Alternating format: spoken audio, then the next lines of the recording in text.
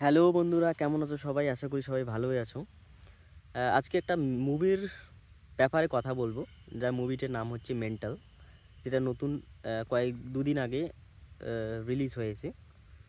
আর তার একটা গান বর্তমানে ট্রেন্ডিংয়ে, যেটা 2 জানুয়ারি রিলিজ হয়েছিল। গানটা হচ্ছে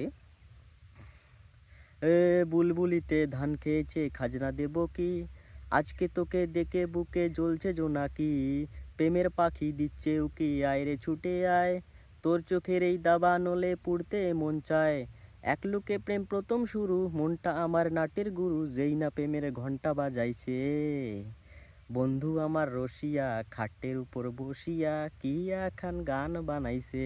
এই গানটা কয়েকটা লাইন আমার হজম হইল না, যে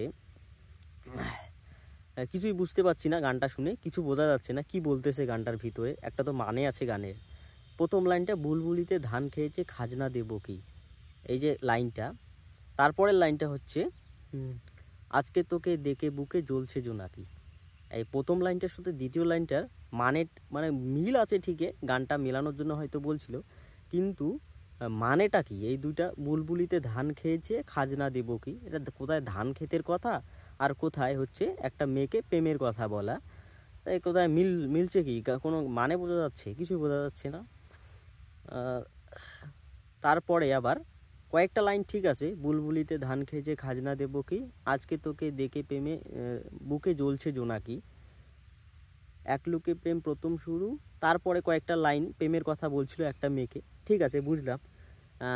প্রথম লাইনটা হয়তো মেলানোর জন্য বলছিল যে বুলবুলিতে ধান খেয়ে, কিন্তু মাঝখানে আর একটা হচ্ছে এক লুকে প্রেম প্রথম শুরু, যেই না প্রেমের ঘন্টা বাজাইছে, এই তারপরে বন্ধু আমার রসিয়া খাটের উপর বসিয়া কি এখন গান বানাইছে। এই যে ওই লাইনগুলোর সাথে খাটের উপর বসিয়া কি এখন গান বানাইছে, এটার কোনো মিল আছে? কিছুই মিল নেই। আর যাই হোক, কয়েকদিন থেকে প্রায় 6 মিলিয়নের উপরে ভিউজ এই গানটার বর্তমানে। প্রথম কয়েক বছর 2010 এবং 2012 পরে একটা প্রথম কমার্শিয়াল গান যেটা ভাইরাল হচ্ছে এখন। আমরা ছোটোবেলায় পাগলু, লাভ ইউ ও মাই পাগলু, তারপরে খোকা বাবু যায়, লাল জুতো পায়, বড় বড় দিদিরা সব উকি মেরে চায়, এই গানগুলোর সাথে আমরা খুবই পরিচিত, বা আমরা ছোটোবেলায় এগুলা গুনগুন করে গাইতাম। আমাদের কাছে তখনকার দিনে ছোট ছোট কিপ্যাড ফোন ছিল, এখন তো সবার কাছে স্মার্টফোন। তখনকার দিনে কিপ্যাড ফোন ছিল, ওগুলো আমরা সাইবার ক্যাফে গিয়ে মেমোরি কার্ডে এই গানগুলো ভরাই আনি শুনতাম, বা লোড করে নিয়ে আসে শুনতাম। এখন তো আর সবার কাছে ইন্টারনেট আছে, তখনকার দিনে আমাদের কাছে ইন্টারনেটে ছিল না।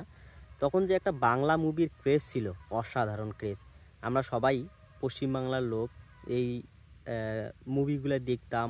পাগলু, পাগলু, পাগলু টু, দুই পৃথিবী, এই মুভিগুলো দেখতাম। এখন যা অবস্থায় সবাই সাউথের দিকে দৌড়াচ্ছে, সবাই সাউথের মুভি দেখে পছন্দ করে এখন। আর সাউথ এবং বলিউডের মুভি দেখতে পছন্দ করে। কিন্তু আমি পশ্চিমবাংলার লোককে বলবো যে তোমরা একটু টলিউডের দিকে তাকাও, মুভিটা খারাপ হলেও দেখতে যাও, দেখো কেমন করছে ওরা। আমি চাই যে বাংলা ইন্ডাস্ট্রিটা একটু উঠুক। না উঠলে কীরকম, আমরা যদি পশ্চিমবাংলার লোকেই যদি আমরা বাংলা মুভিকে পছন্দ না করি, তাহলে গোটা ভারতের লোক কীভাবে পছন্দ করবে? অন্য রাজ্যের লোক কীভাবে দেখবে? আমাদের কাছে শুনেই তো অন্য অন্য রাজ্যের লোকগুলা একটু আগ্রহী হবে যে হ্যাঁ মুভি একটা আসছে, দেখি কেমন।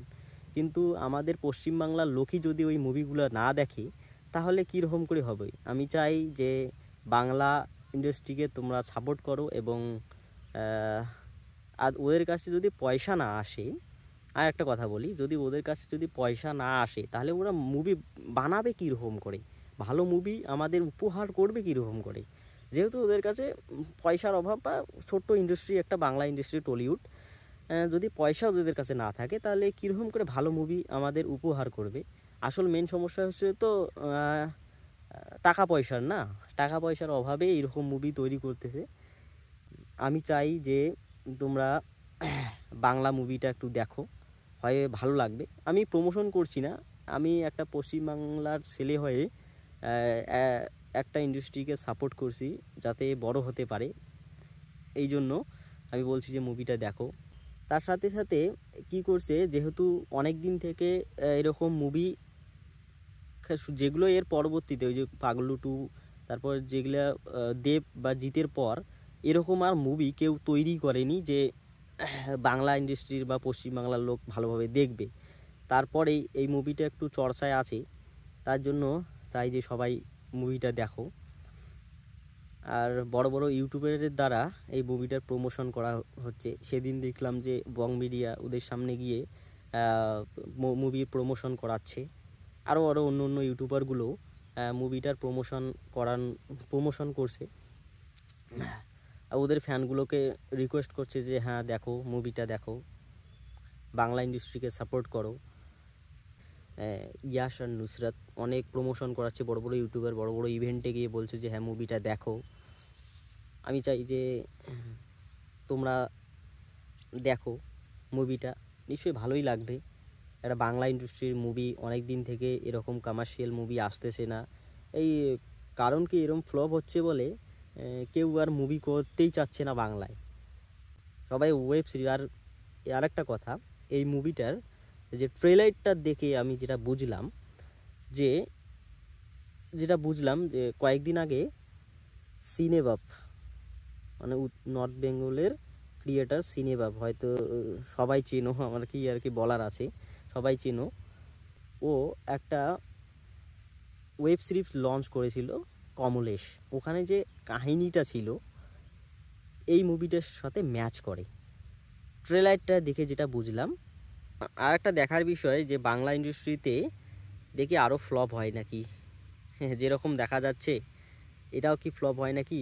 দেখলাম ইউটিউবে এই গানটার নিচে অনেকগুলো কমেন্ট করছে সবাই, কমেন্টে দেখলাম যে আর একটা মুভি ফ্লপ হওয়ার জন্য রেডি। দেখি কি ফ্লপ হয় নাকি, এই মুভিটা কতটা মানুষ পছন্দ করে। এই কথাগুলো বলার জন্যই এই ভিডিওটা তৈরি করা, যাতে তোমরা বাংলা ইন্ডাস্ট্রিকে সাপোর্ট করো এবং একটা নিজের ভাষায় তৈরি হওয়া মুভিকে সাপোর্ট করতে পারো। কেমন লাগলো? ভালো লাগলে অবশ্যই লাইক কমেন্ট শেয়ার করে দিবা, যাতে ওদের ওপিনিয়ন আমরা যেন জানতে পারি, কারা কি বলে এই সম্পর্কে, ওপিনিয়ন যাতে জানতে পারি, তার জন্য ভিডিওটা শেয়ার করে দিবা। আর লাইক কমেন্ট তো অবশ্যই করবা, আমাকে ফলো করে নিও। বাই, আজকে এই পর্যন্ত, বাই।